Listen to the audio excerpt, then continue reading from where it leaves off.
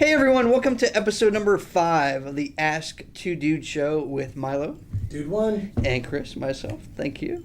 And we're here with our special guest, Ryan Stewman. Many of you guys know him as the hardcore closer. So we're welcome, man. I feel like it's the Three Dude show today, though, right? It is the 3D show. Did I cut you off in the parking lot? Your car was the closer. Are you the guy in the red car? Oh, this guy. Yeah, I was like, man, that dude in the red Volkswagen is on a mission. Look, Alex looked up. He's like, oh, yeah. I remember that I'm guy. looking at the closer thinking, is he going down? Is he lost? I'm going around. It's always an awkward moment. I've done that too in like a networking event, and I'll go walk in. I'm like, oh, hey, I'm that guy that just cut you off. Like, here's my business card. Do you want to call me? I thought the Elantra wasn't paying attention, right? They were backing up. So that's when you flew by. I was like, man, just lucky you didn't get hit by that car. All good. I'm from LA. That's how we drive. I love it. You gotta do it. So let's talk about Ryan real quick. I am a big fan of Ryan. A lot of people ask me, like, Chris, how'd you get so good at Facebook? Like, what did you do? How'd you do it? And I actually watched, like, all your videos. I read all your blogs. I read all your content for the most part. And, like, 95% of it is, like, you. And then the other 5% of it was just me going home on Friday night and not going out to the bar and actually sitting there and, like, posting ads and seeing what works and watching other people do stuff. And then you have Break Free Academy, which is, like, kind of your crown jewel of what you started. So kind of talk about that a little bit. And then you have also a book coming out. Yeah, well, it's already out. Yeah, I stay really busy. Hey, that's really cool that you like all my stuff, man. I appreciate that.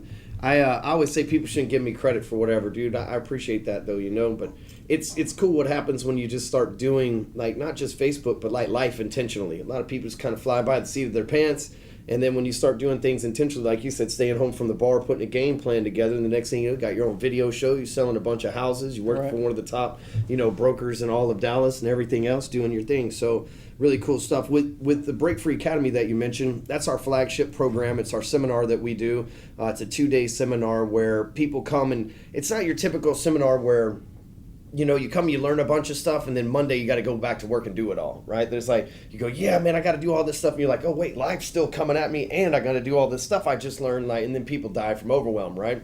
And so don't do anything. But what we've done is we've created a program to where people come in and they get everything they need to, like, instead of just getting the information, they actually do the stuff alongside of getting the information, so that Monday they've got all the stuff from the seminar completed, so that they go on about life, and then the lead gen and websites and everything that we set up alongside of them are working. So we just try to do things differently, and we have a digital program of that as well. And then lastly, hey, I'm a salesman. I'm here to sell stuff, right? So lastly, I have a book that just came out called Elevator to the Top. It's my 4th #1 best-selling Amazon book, and it's the first book, oddly enough, that I've ever written about sales, right? I've written all these, like, business books, and everybody knows me as, like, a sales guy, but I never wrote a sales book until the Elevator to the Top, and we sold a few thousand copies already. It's been at #1 for about 10 days now, so if you'd like to keep it there by buying it, that would be awesome. Congratulations, that's awesome. Thanks, man. Yeah, I've watched and done a lot of your stuff, and I know some of my friends have done it as well. And,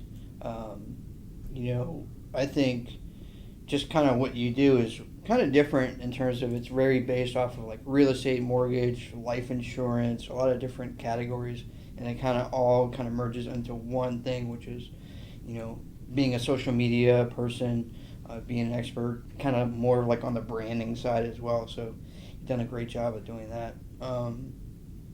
Let's talk about, like, how can they find you? Because I know, like, I can find you all the time just because we're friends and stuff like that. But where do you go? Like, I know you got Hardcore Closer.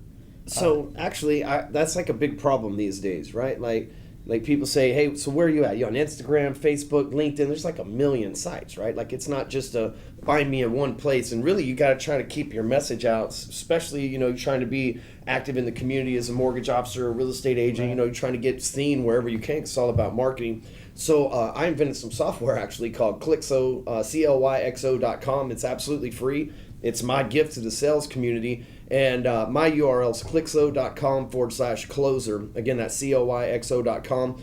And you can go there, and it's all my website, all my social media channels. So, if someone's not active on Facebook, but they're on Instagram, instead of me spitting out 15 different places for them to find me, they go to Clyxo.com/closer, pick out where they want to connect with me. and then next time they're on that site, there's my stuff. So That's what I did. Actually, when I wrote my book, I just kind of put in that link because Yep. I was like, well, I'm going to sit there and be like Facebook, Instagram, LinkedIn, Twitter, all the way down. It's just going to be a pain. So that's real awesome. And let's see, what do we want to talk about on the real estate mortgage side? I know we were talking about VA stuff. So we talk about that. I'm the non-author here today. Yet. So far. team words. You actually have a program that does that. Yep, I The do. book I have a how to write a book in a month. But writing a book's actually not that hard, man. It's if you ask like 100 people, hey man, you ever thought about reading a book? Like all 100 of them are going to say, yeah, man, or writing a book rather. They're all 100 of them are going to say, Right. well, man, I've got a story that I'd like to tell. I just don't know how to do it. And I always felt that way for a long time too. And I found out you don't really have to write books. Like most people just talk and then have the stuff transcribed. And you pay a good editor, and it turns into a book. You know, so secrets. Start with the book on audio. Yep. And in the next video, Milo's got a book. Let's talk about, what do you want to talk about, the VA stuff? I know you're working with some stuff right now. Yeah, I just learned something that I didn't know from one of my new clients, and that is that a disabled veteran doesn't have to pay property tax in Texas, which is huge because, as we know, property tax is about 2/3 of your mortgage. Right. So now all of a sudden, you can get more house, or you can live comfortably in the house you should be in. But I had no clue. So learn something new every day.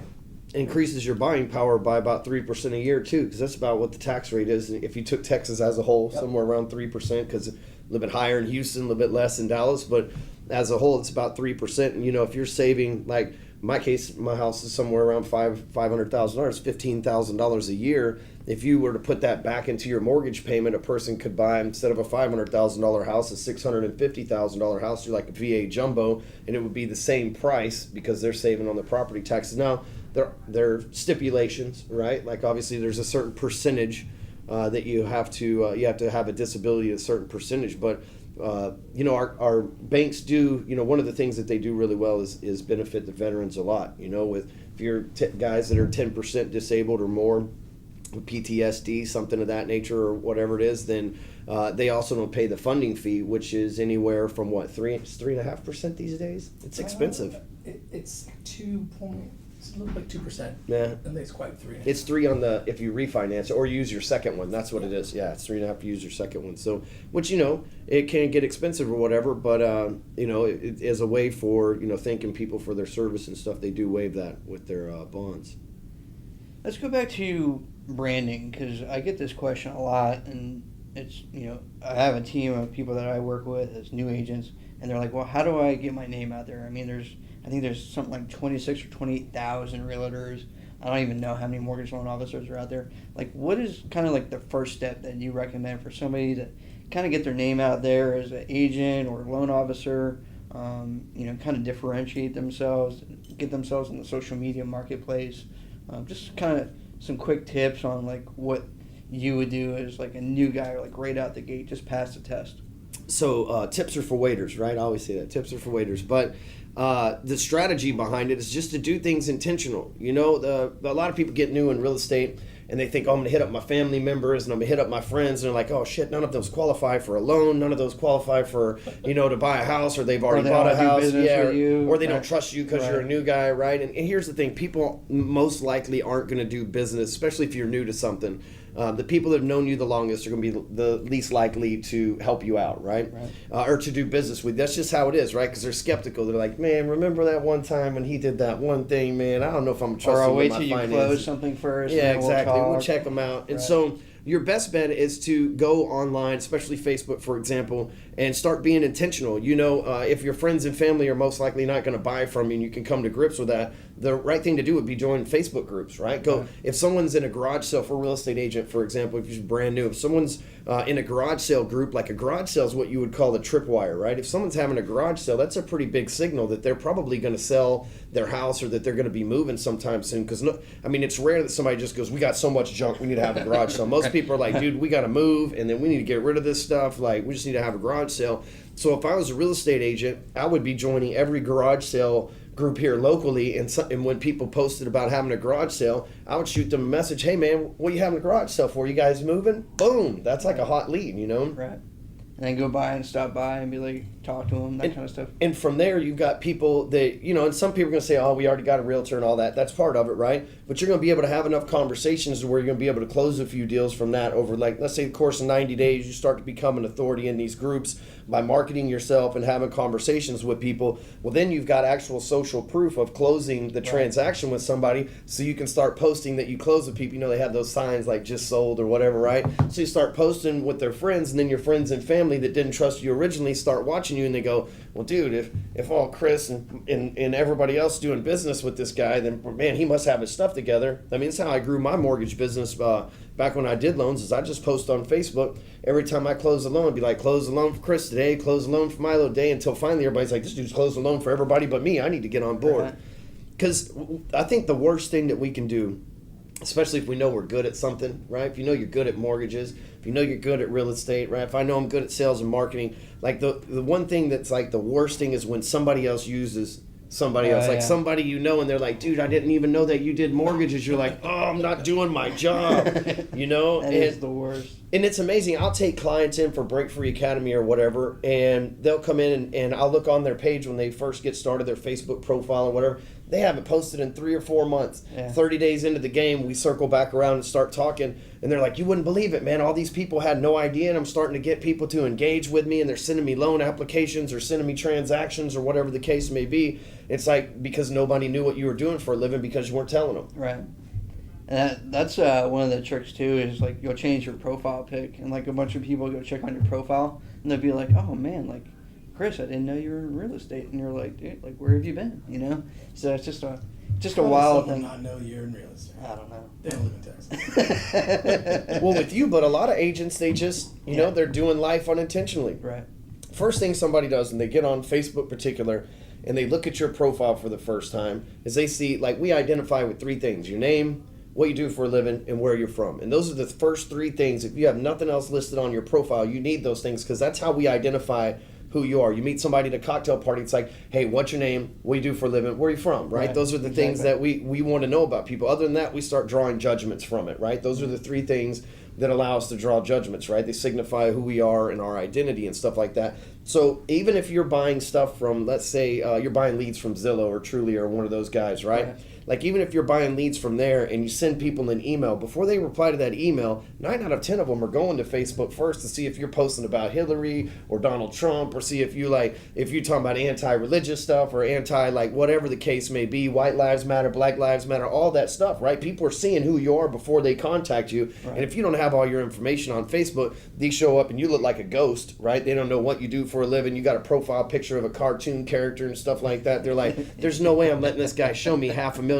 properties, you know what I mean, when he's got a bunch of cartoon characters and no post on here. They want to see, like, your profile, for example, that you're a real person. They're like, oh, this is Chris. Yes, exactly, you know, exactly. I go do stuff, so yeah.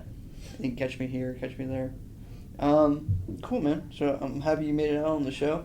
Like, big fan, so like, that's awesome. Man, I feel like I took all the talking up. No, that's good, man. I like it. Let's see what else I want to talk about. I got a question of the day, and this question is kind of weird, but somebody asked me, like, how do I structure my day? Like, what time do I wake up? What time do I go to sleep? And I pretty much, like, bookend it really well, and I kind of similar to you a little bit. I don't know about yourself, but I usually wake up about 4:30 or 5, and I hit the gym, and then from the gym, I, like, check all my Facebook and social media stuff, and then I go into stock trading and stuff like that. But that's kind of how I start my day, and at the end of my day is usually some sort of networking event, or I have some sort of meeting or some sort of, you know, showing, something like that. I'm back home, and I have an alarm set on my phone for 9:30, and that alarm is so that I know that, like, it's kind of like the 2-minute warning in football. Like, I have 2 minutes to finish up what I got to do, and I got to go to bed, or else tomorrow's going to hurt. So that's kind of how I set up my day. I don't know about you. I know I watch a lot of your stuff, so I know you're a pretty early riser. You know, I like that. An alarm at the end of the day. I don't have a problem going to sleep at the end of the day, dude. I'm so tired. By about 3 in the afternoon, I'm so worn out, man. Like, I'm just praying for 9 o'clock to come at that point, you know. But it's because I get up early. You know, this morning, particularly, I got up at 4:30. And whatever time I wake up, it's usually 5:30. Today's an exception, right? The kids and the wife and everybody's out of town. Dude, so I slept like a grizzly bear last night, right? No responsibility when I wake up. Went to sleep with the TV blaring, like probably drooling all over the place. I wasn't even drunk either, right? But I was definitely sleeping like a drunk guy, right? And so, you know, with me, I have that whatever time I wake up, which until 10 o'clock every day in the morning.